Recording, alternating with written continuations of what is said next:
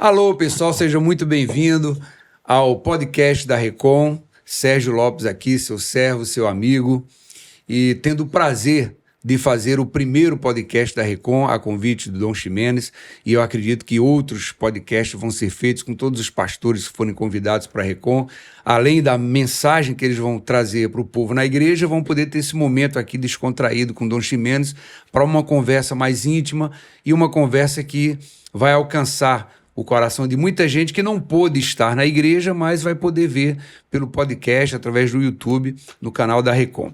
E eu estou aqui na presença do Dom Ximenes, que, para algumas pessoas que não sabem, é o pastor da minha adolescência, da minha juventude, é o homem que me instruiu, e se eu estou firme na fé hoje, tem duas pessoas que são responsáveis por isso. A primeira é o bispo Dom Ximenes. A segunda, meu avô José Lopes, que foi diácono dele.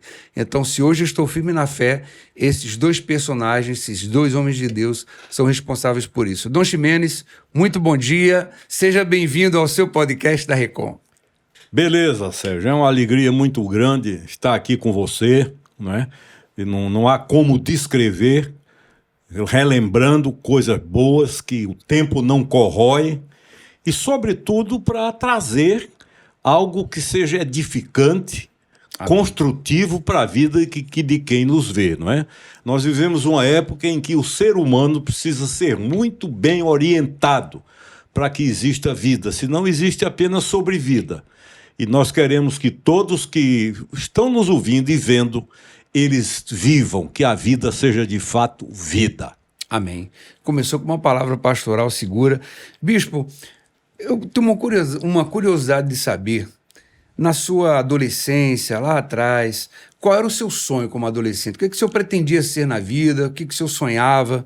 Qual era sua meta? Na verdade, Sérgio, quando eu atingi a adolescência e comecei a pensar em futuro, meu desejo, minha vontade era fazer medicina.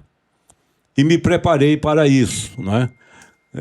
Frequentei o que fosse possível para ter um bom preparo, para estar apto a um bom vestibular, mas acontece que num retiro de carnaval, que você conhece muito bem, numa fazenda perto de Campina Grande, num daqueles momentos eu fui chamado, eu tive a vocação clara, real, verdadeira, e aí mudei completamente os meus planos. Então aí foi que entrou a sua chamada para o ministério. Chamada para o ministério. E o senhor entendeu isso? Isso. Em claro e bom som. Mas a advocacia entrou na sua vida também, que também. Eu lembro que quando eu era adolescente eu lhe admirava por ser um advogado. E ainda cursei quase que até o final, não é? E saí justamente porque um pastor que você conheceu, Enéas Tonini, claro, para mim o pastor mais culto que eu conheci na minha vida, escreveu a melhor obra sobre a geografia de Israel no mundo até hoje. Quando eu falei a ele que eu estava fazendo direito e ia concluir, ele olhou para mim com aquele jeito sério dele e disse: você acha que um médico, para ser bom médico, tem que ser engenheiro? Você acha que um advogado, para ser bom advogado, tem que ser economista? Eu digo, eu entendi. Muito obrigado, pastor. Que influência que ele teve, né? Porque isso tomou uma decisão de deixar a faculdade. Já tinha feito mais da metade do curso, não é? E larguei porque esse argumento... E outra coisa, não é só a força do argumento, é quem argumenta. A credibilidade, a história, a seriedade dele como homem. Então ali eu tomei uma decisão. E graças a Deus porque tomei a decisão. O pastor João Clímaco ainda era vivo nessa época dessa decisão? Não. Seu pai ainda papai já não era partiu, mais. Papai morreu, eu ainda era jovem, eu tinha 14 anos. Né? Sua mãe era viva? Mamãe era. O que ela achou dessa sua decisão de deixar o direito e ser pastor? Ficou felicíssima. Ficou feliz. Né? Para ela foi um momento de alegria, né? De muita alegria. Então, e nunca olhei para trás com arrependimento. Nunca.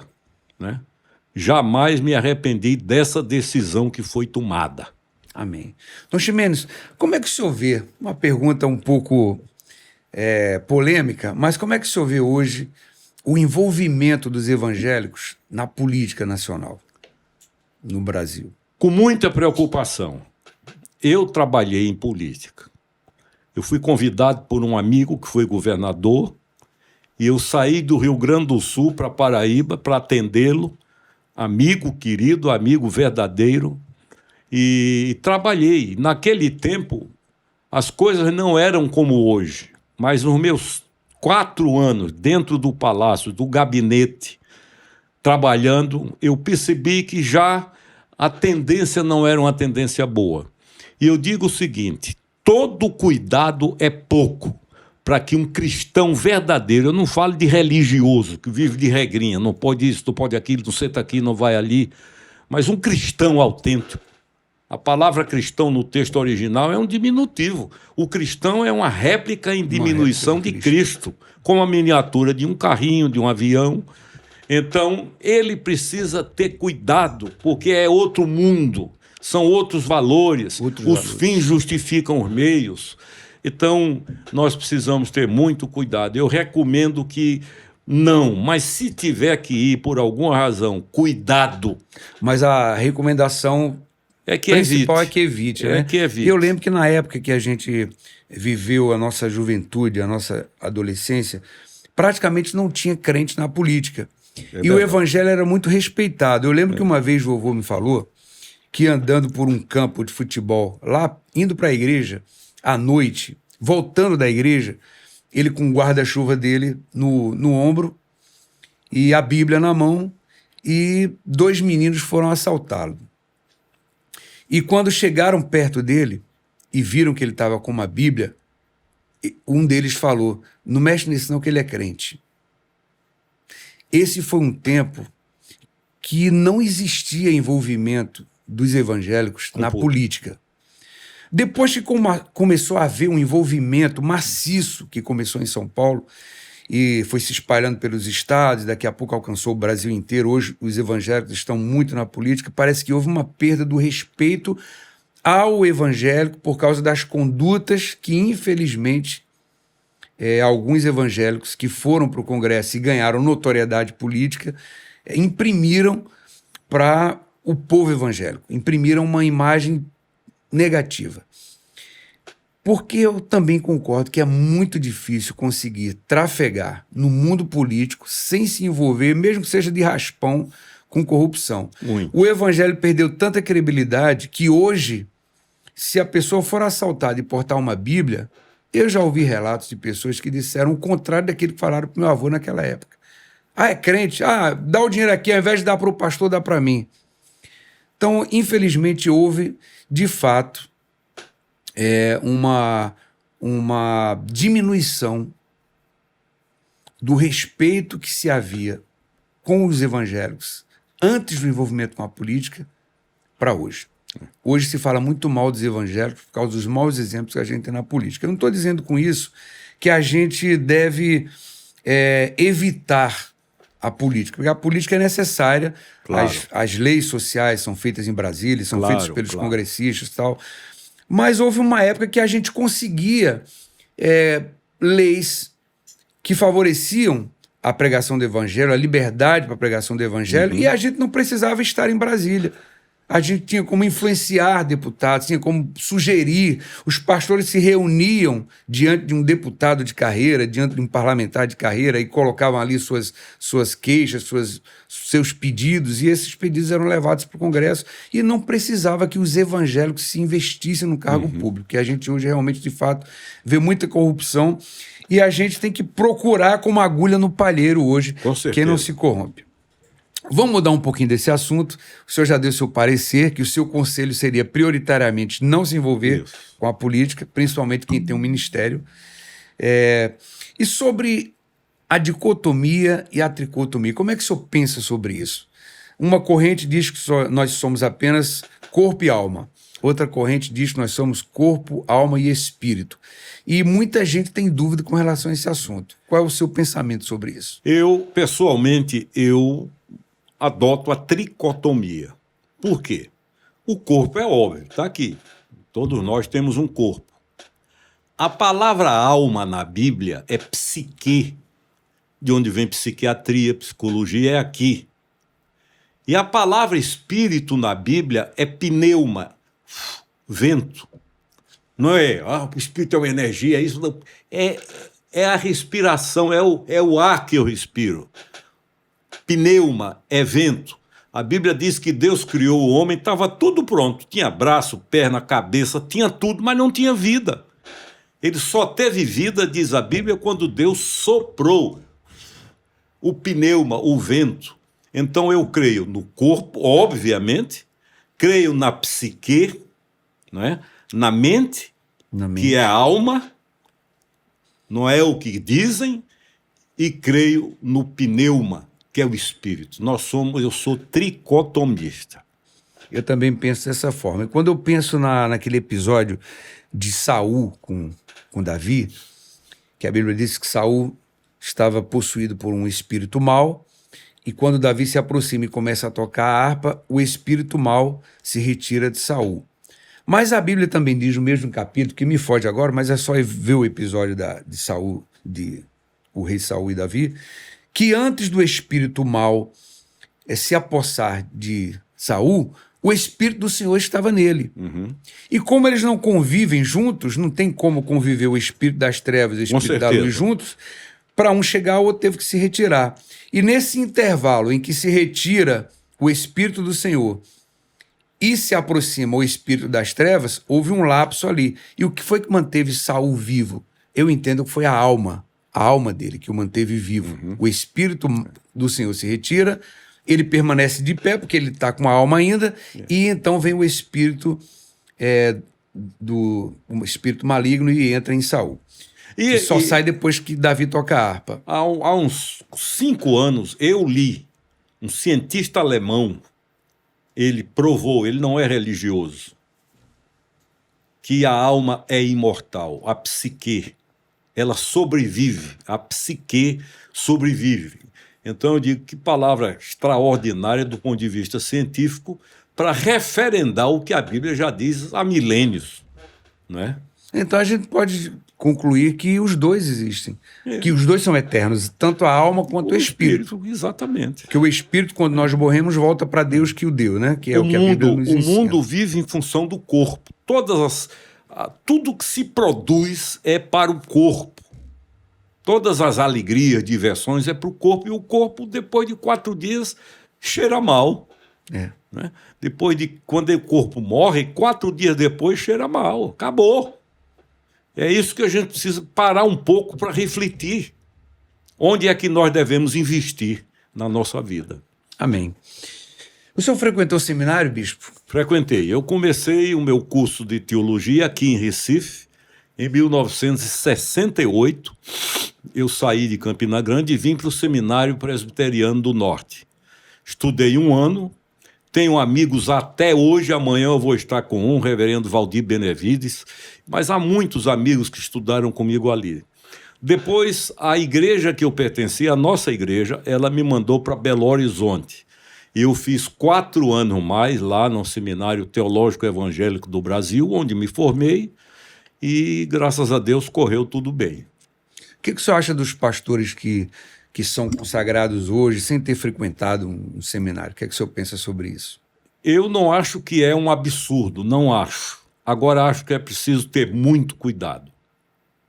Porque os seminários também correram para um outro extremo, acadêmico, academicismo. Não é só o academicismo é necessário, é a formação, mas é preciso também o investimento na espiritualidade, na relação com Deus, não é? Que é algo íntimo e pessoal, não se transfere. De vez em quando eu recebo seminaristas que eu fico impressionado porque a preocupação é 100% acadêmica, financeira e tal.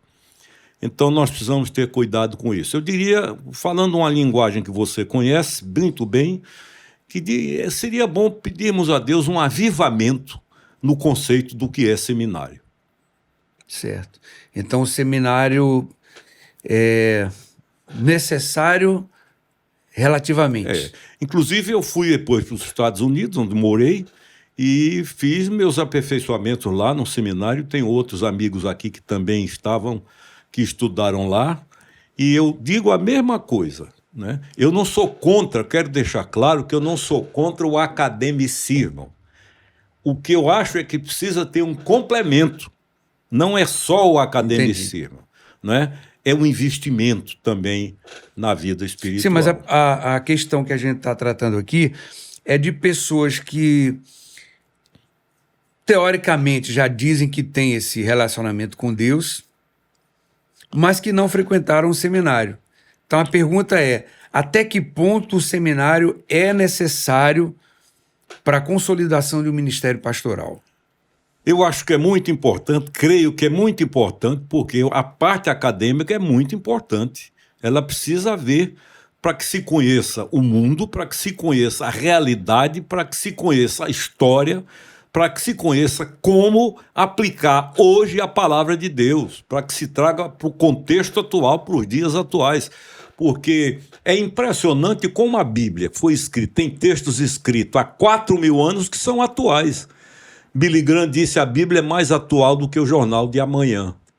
Né? Eu tenho um amigo que foi piloto de Fórmula 1, Alex Dias Ribeiro, eu trouxe ele a Recife 2 vezes, e é impressionante como ele tem essa capacidade de trazer para os dias atuais, né, o mundo da Fórmula 1, a realidade bíblica. Ele viveu cultuando a Deus dentro da Fórmula 1. Ele foi o único piloto de Fórmula 1 que tinha no capacete escrito "Só Jesus salva". Não é religiosidade. Agora, coisa fantástica, tudo está acontecendo hoje, então a Bíblia já previu, né? Então como o senhor falou, é o jornal de amanhã. É o jornal de... A Bíblia, Billy Graham disse, é mais atual do que o jornal de amanhã. Porque tudo que está acontecendo, a Bíblia já predisse que aconteceria. É claro que o linguajar altera. Perguntaram a Billy Graham, quando houve o atentado às Torres Gêmeas, a imprensa americana perguntou: o senhor acredita que Deus existe? A resposta dele, para mim, foi fantástica e imortal. Ele não veio com academicismo. Ele disse: claro, acabei de falar com ele hoje no jardim lá de casa. Desmontou. Simples. A naturalidade, a simplicidade, né? A verdade. Então é isso. Nós precisamos parar com essa... Com a religiosidade, no que ela se tornou. E hoje, pior, eu não vou entrar nesse assunto, vou só citar, não quero entrar nele hoje, mas hoje virou quase que comércio, empresa, igreja S.A. E nós precisamos ter cuidado com isso. Parece uma rede de supermercado da fé, né? Exatamente. As igrejas vão se... Recentemente eu li de empresas que têm igrejas reservadas como mercado delas. Vão criando filiais, né? Com controle centralizado, viram filiais e viram quase um negócio. Uma igreja com 2, 3 mil membros, a nossa igreja, né? Campina Grande, então é um mercado poderoso. Havia um tempo em que as igrejas criavam congregações, e nós vivemos esse tempo, com interesse evangelístico. Exatamente. Era um trabalho que, claro, que tinha um pastor para ser direcionado para dirigir aquele trabalho, mas eu assisti, com o meu avô José Lopes, essas viagens missionárias da Igreja Congregacional de Campina Grande, quando ele ia para as cidades do interior e me levava, eu era pequeno ainda, mas ele me levava junto com ele. Eu assisti uma vez numa praça de uma cidade do interior da Paraíba. Foi uma Kombi da Congregacional, com alto-falante Delta em cima, e meu avô cantava os hinos do cantor cristão, e as pessoas iam se juntando na praça. E numa dessas idas para evangelismo, onde a igreja queria abrir o que a gente chamava naquele tempo de ponto de pregação, o padre da cidade mandou apedrejar a Kombi e cortar os fios de eletricidade que meu avô estava usando. Aconteceu muito isso. O problema, Sérgio, é que há um erro na compreensão do que é igreja. A palavra igreja na Bíblia não se refere a paredes. Não é a parede é o templo, é como a garagem.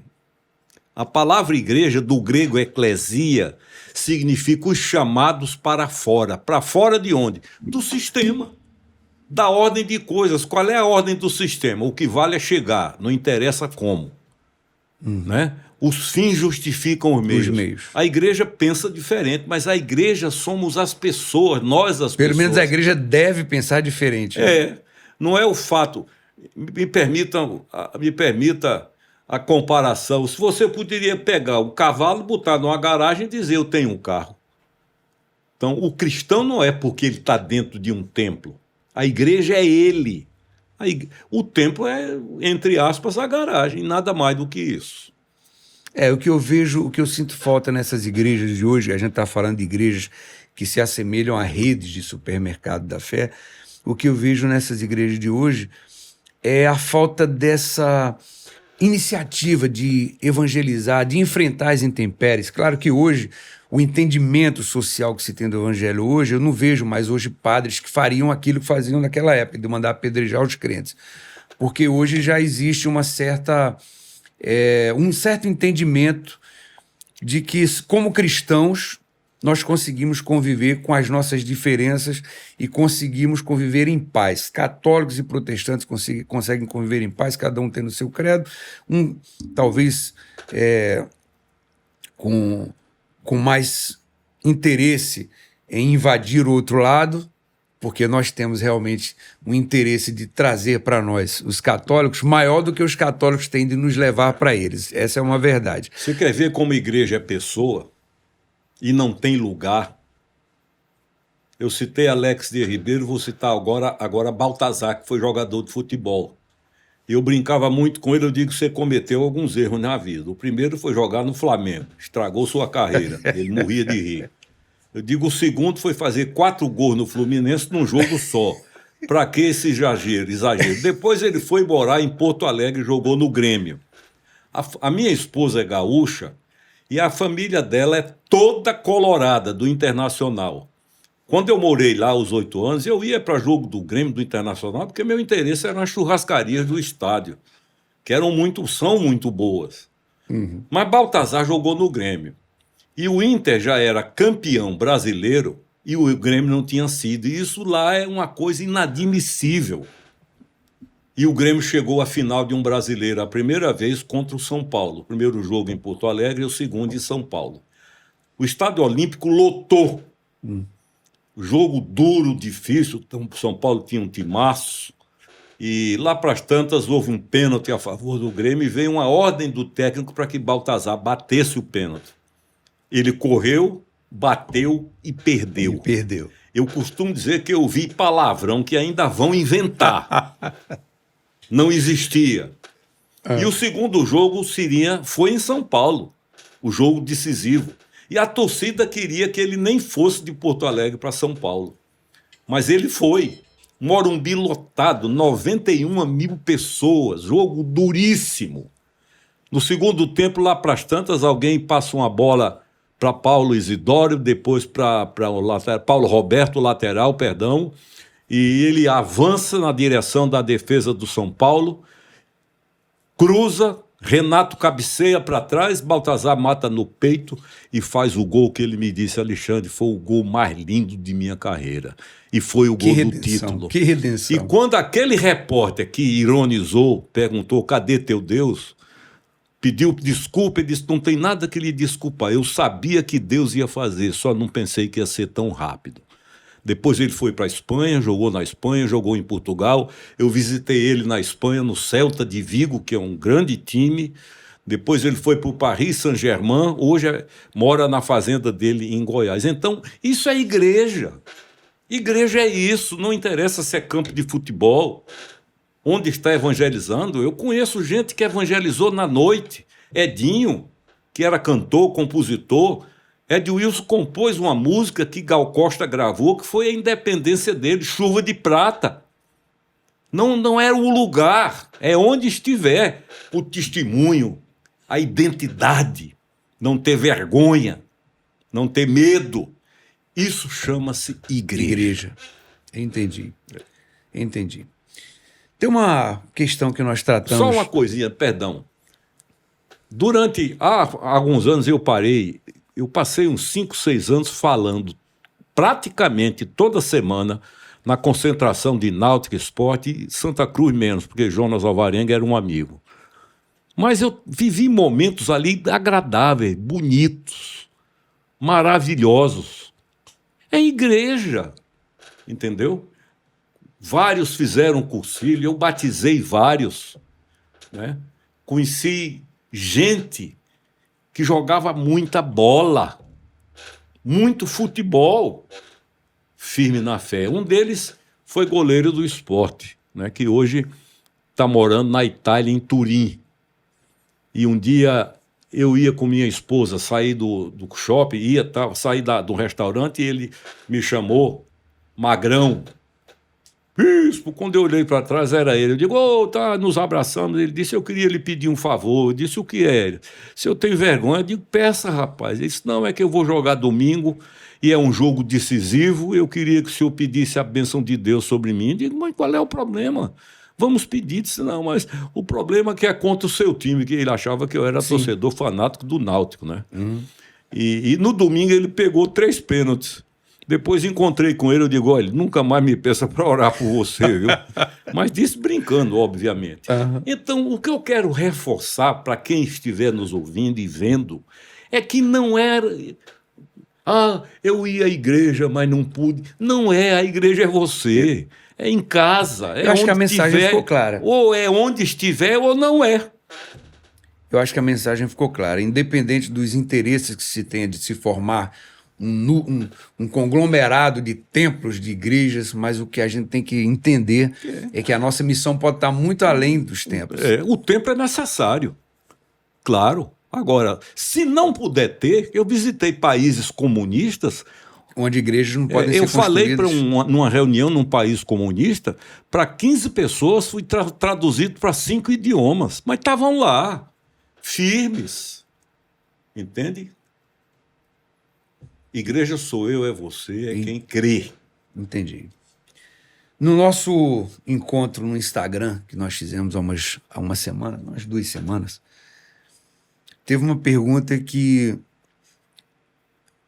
chegou pelo Instagram, que chegaria tranquilamente agora também pelo YouTube, que a gente está em outro ambiente. Nós temos nossos seguidores no Instagram e temos no YouTube, e nem sempre são o mesmo público, né? E uma questão que os novos convertidos gostariam de entender melhor, porque os antigos falam, mas os novos convertidos não entendem muito bem, é o que é essa diferença que se fala entre calvinistas e arminianos. E que bom que o senhor está aqui com uma palavra segura para nos falar um pouco sobre isso. Os calvinistas, sendo bem objetivo, dentre outras coisas, porque Calvino foi um homem muito importante na fé, eles defendem, pregam que a salvação, a segurança da salvação é eterna. Não há como perder, dentre outras coisas. Esse é um aspecto que é muito conhecido e comentado. Os arminianos, por sua vez, ensinam, eles vêm de Tiago Armínio, que é possível perder, que você pode ter a salvação, mas pode perder. Eu confesso a você que a minha tendência bíblica é o calvinismo, é crer, uma vez salvo, jamais perdidos, né? Uma coisa é ter a salvação e a outra é ser um religioso, que vive de regrinha, não come, não bebe, não faz isso, não faz aquilo, outro, e vai se iludindo com essas coisas. Agora, quem nasce de novo, porque só é realmente salvo quem nasce de novo. Quem nasce de novo. Não é? Então, você pode passar a vida dentro de uma igreja e não ter a experiência do novo nascimento. O novo nascimento é algo extraordinário porque liberta, né? Eu conheci prostitutas que ninguém corrigia, que de um dia para o outro mudaram. Conheci dependentes químicos, eu conheci um pastor que antes da conversão na Bahia, ele era pistoleiro de aluguel. Ganhou a vida, tornou-se rico, fazendeiro, matando gente. Um dia conheceu Jesus, nada de religiosidade. Conheceu, teve relacionamento, nasceu de novo e fez um compromisso, assumiu um compromisso com Deus de visitar as famílias que ele tinha enlutado para pedir perdão. E ele nos contou que visitou várias famílias e um dia foi a uma fazenda de um homem muito rico que ele havia matado o filho único do homem. E ele nos contou que foi um momento difícil, parou o carro, Foi ao terraço da casa, bateu palma, o homem saiu e ele identificou-se e o homem já idoso disse: o tempo que eu lhe dou é você chegar no seu carro, porque eu vou buscar um revólver para lhe matar. E saiu com a espingarda. E ele disse que foi caminhando para o carro só esperando o tiro, que nunca aconteceu. Tornou-se, depois de pastor, foi pastor em Vitória da Conquista. Uma noite ele ouviu um barulho em casa, porque em razão da vida que ele levou, ele tinha os ouvidos afiados, e era um ladrão que havia entrado, um jovem. Ele mandou o jovem sentar na cabeceira da mesa, ele sentou na outra, acordou a esposa, mandou fazer comida, comeram, ele leu a Bíblia, falou do evangelho, não de instituição nem de organização, e o rapaz entregou e tornou-se pastor auxiliar dele. Então, é isso que nós precisamos ter um retorno. Eu tenho dito agora lá na igreja, nós precisamos ter um retorno à Bíblia. Voltar à realidade da simplicidade profunda e penetrante do evangelho. Então, o senhor é essencialmente calvinista, né? Eu diria assim, não sou medularmente, mas é o que eu creio. Como é ser pastor na Catedral da Reconciliação? Como tem sido o seu ministério lá? Olha, eu amo. Eu vim para Recife a convite de Dom Paulo Garcia, que é um amigo que eu tenho, a amizade minha e o bem que eu quero a Dom Paulo é algo indescritível. Bem-humorado, alegre, viajamos muito, fomos a Israel juntos várias vezes. E ele é uma pessoa que não muda. Ele é sério sem ser sisudo, eu digo. Uhum. Então, eu estava em Maceió, quando ele me convidou, e eu resisti, acho que uns 5 meses, mas acabei vindo e já estou aqui há mais de 23 anos, vai fazer 24 anos que eu estou em Recife, né? Eu gosto, eu amo Recife, eu estudei aqui 1 ano, eu tenho irmãos, tive 2 irmãos meus carnais que eram da Marinha, que viveram aqui, que partiram aqui, então eu estou em casa. Percebe que o senhor é muito querido lá. Graças a Deus. Querem muito bem. Eu já lhe falei que lá do Rio de Janeiro eu vivo assistindo suas mensagens lá. O senhor continua pastoreando minha vida. Amém. É o pastor alegria, que eu tenho ouvido. uma honra. Tem sido muito difícil para mim, lá no Rio, congregar por causa dessa vida de viagens, né? E um pastor que eu amo, que cuidava da minha vida lá, é o pastor da Primeira Igreja Batista de Rio Bonito, o pastor Luciano Cozendei. De nome eu conheço. É o pastor mais próximo de mim lá. Uhum. Eu amo o pastor Luciano. Mas aí ele foi designado para Rio Bonito e fiquei meio distante dele. Estou até conversando com ele para ver se vou visitar a igreja lá por esses dias. E o senhor tem sido mais presente na minha vida agora do que já foi antes. E vamos juntos. Toda vez que eu estou em casa, não tem nada para fazer e tem um tempinho livre ali, eu ligo a televisão no YouTube, cadê a mensagem, a última dele, lá na Catedral da Reconciliação, e vou ouvir suas mensagens. Você quer que eu lhe conte mais uma? Ah. A minha esposa, Carmen, que hoje foi líder de louvor na igreja, canta, é ativa. Quando eu conheci, ela cantava na noite, não era convertida. Uhum. Ela e uma amiga, que hoje também é convertida. E eu comecei a ir para os lugares que ela cantava, com interesse nela.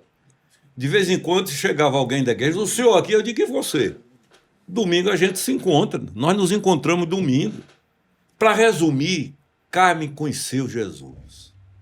Eu fiz questão que ela tivesse conhecimento dele, da pessoa. Hoje é o que é, líder de louvor, engajada nos ministérios. A moça que cantava com ela na noite também converteu-se. Também se converteu. Então, não é religiosidade. Né? Eu falo muito em Darlene Glória, que a atriz foi a primeira atriz brasileira a posar nua num filme. Né? A Toda Nudez Será Castigada. Foi a primeira... Mora em Teresópolis hoje, minha amiga. Vou mandar esse trecho do vídeo para ela. Dê um abraço nela, viu? Tá. Foi a primeira atriz brasileira a ganhar um prêmio internacional de cinema, o Urso de Prata, em Berlim. E hoje é uma serva de Deus, prega, é pastora. Pastora. O que ela leva de Jesus, ninguém tem ideia. Então, isto, Sérgio, é que é igreja. Amém. Qual a importância do perdão na psique humana? Ótima pergunta, ótimo. Eu chamo o perdão, eu não sou psiquiatra nem psicólogo, eu chamo de psicoterapia. Caio Fábio tem um livro lindo intitulado No Divã de Deus. O perdão, eu tenho uma pessoa na igreja chamada Dr. Vicente Filizola, que é psiquiatra há muitos e muitos anos. E eu cito o nome dele porque é um homem de muita credibilidade. E ele me disse bispo, se as pessoas internadas em hospitais psiquiátricos ou clínicas psiquiátricas aprendessem a perdoar, eu lhe garanto que de 30% a 35% dos internados teriam alta. Porque o que perdoa não entende, mas em termos de cura da mente, da alma, psique, ele é muito mais beneficiado do que o perdoado. Papai foi à cadeia, em Campina Grande, há muitos anos, para perdoar, entrou na cela e perdoou com a Bíblia na mão a pessoa que matou meu irmão. Foi um impacto. Ramalho Filho, que era um escritor paraibano, escreveu e disse: Reverendo Ximenes mostrou como é bom ser bom. Resultado, papai viveu até o fim da vida bem-humorado, alegre, feliz, satisfeito. E eu conheço pessoas que não perdoam e vivem mais atormentados do que os que não são perdoados. O perdão é cura para quem perdoa. Para quem perdoa. Agora é preciso coragem. Né? Eu conheço um aqui, em Recife, foi genro de um governador, também já falecido, que fez a mesma coisa, foi a Itamaracá à prisão para perdoar o homem que matou o filho dele no Carnaval de Olinda. Então, queridos, isso chama-se Bíblia, Evangelho, não é religiosidade, eu estou enfatizando isso. É isso que nós precisamos. Acho que Cristo sabia muito bem a importância do perdão na nossa vida quando ele falou sobre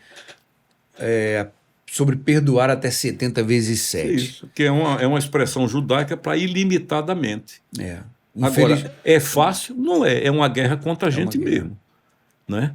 Perdoar, o ato de perdoar, eu brinco com meus filhos, eu digo, é preciso ser mais macho do que vocês imaginam. Né? Agora, quem é frouxo e covarde não perdoa, porque você enfrenta você mesmo. Você se choca com você. Né? E muitos relacionamentos hoje, muitos casamentos hoje, muitas famílias têm sido destruídas hoje por falta de perdão. Né? Perdão, exatamente. Eu vejo isso. A dificuldade que as pessoas têm de perdoar o erro um do outro. Né? E às vezes famílias são sacrificadas por falta do perdão. Cada dia mais eu vejo, Sérgio, casamentos destruídos por falta de perdão. Mas às vezes coisa simples. Né? Então, é o orgulho. O orgulho. Eu perdoar é o ego, o egoísmo, culto ao eu. Mas se obedecer, às vezes eu digo, faça, mesmo não querendo. E eu lhe garanto e lhe digo com toda a seriedade, dos que fazem isso, nunca vi nenhum se arrepender. Às vezes o outro que foi perdoado nem liga, não está nem aí, mas a pessoa sente alívio. Cura a alma, a psique. Bispo, estamos indo para o final do nosso primeiro podcast da Recom, mas queria que o senhor desse para nós aqui, antes da gente terminar, suas principais referências pastorais. Quem o senhor destacaria como ministérios pastorais relevantes na sua vida? Eu iniciaria por papai. Né? Eu era criança e lembro quando ele saía para o culto matutino às 5 da manhã. Papai, numa época em que asfalto, pista, era luxo, ninguém conhecia direito, ele implantou 70 igrejas da Bahia ao Ceará. Em 1971, na Argentina, numa convenção de igrejas da América Latina, a igreja onde eu e você nascemos, implantada por ele com 17 pessoas, foi eleita a maior igreja da América Latina, com aquele templo que está lá. Né? Com mais de 2.000 pessoas sentadas, depois um edifício que tem o nome dele, faculdade de direito, tudo. Tudo isso foi feito porque um homem simples, João Clímaco Ximenes. João Clímaco Ximenes, era um homem simples, bem-humorado. Papai era extremamente bem-humorado, mas era um gigante.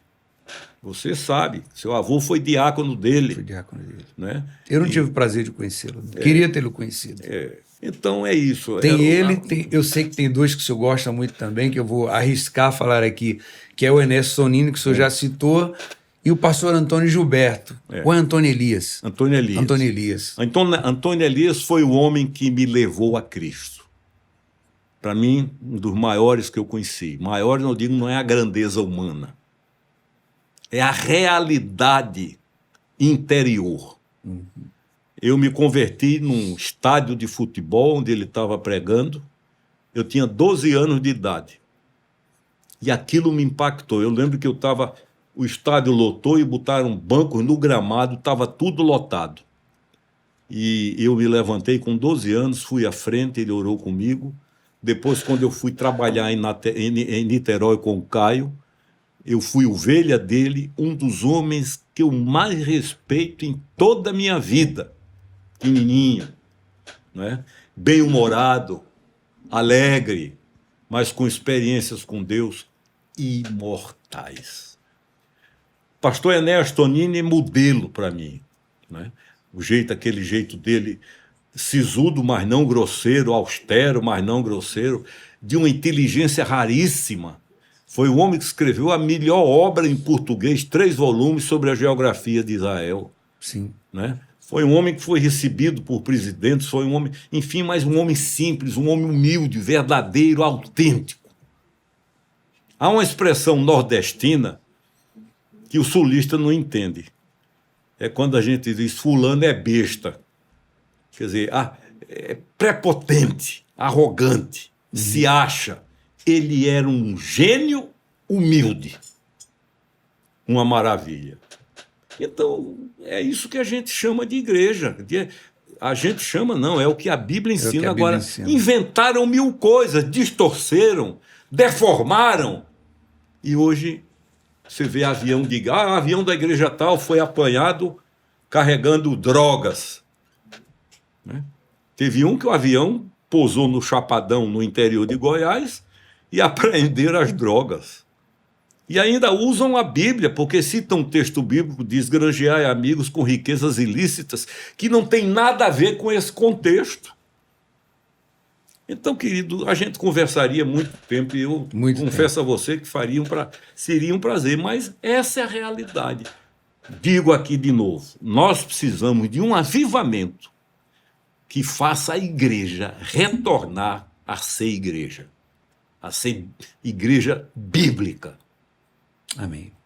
Onde estiverem 2 ou 3 reunidos em meu nome, eu estarei no meio deles.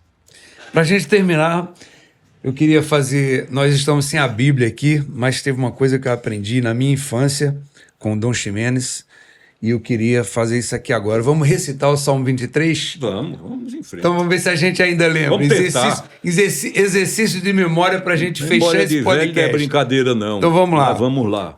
O Senhor é o meu pastor e nada me faltará. Deitar-me faz em verdes pastos. Guia-me mansamente às águas tranquilas. Refrigera a minha alma por amor do seu nome. Guia-me pelas veredas da justiça por amor do seu nome. Ainda que eu andasse pelo vale da sombra da morte, não temeria mal algum, porque tu estás comigo.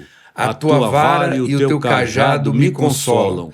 Preparas uma mesa perante mim na presença dos meus inimigos. Unges a minha cabeça com óleo e o meu cálice transborda. Certamente que a bondade e a misericórdia do Senhor me seguirão por todos os dias da minha vida, e habitarei na casa do Senhor por longos dias. Amém. Foi um prazer. Bispo. Prazer todo meu. Deus é testemunha. Aqui é a igreja, rapaz. Amém. Né? Amém. Então, espero que vocês tenham gostado. Amém. Quer se despedir, bispo? Se despede aqui com essa câmera aqui. Deus te abençoe muito. viu? E que Deus faça o que eu não posso nem sei, que é introjetar na sua vida o que eu acabei de falar. Amém. E que aquilo que eu falei, que não é palavra, não é Bíblia, seja esquecido. Mas que você possa meditar e refletir, porque eu lhe garanto que o nome chama-se qualidade de vida, viu? Vocês também, não é? E não se preocupe com religião. Religião chega e sai, né? Até o próximo podcast da Recon. Deus abençoe você. Se Deus quiser.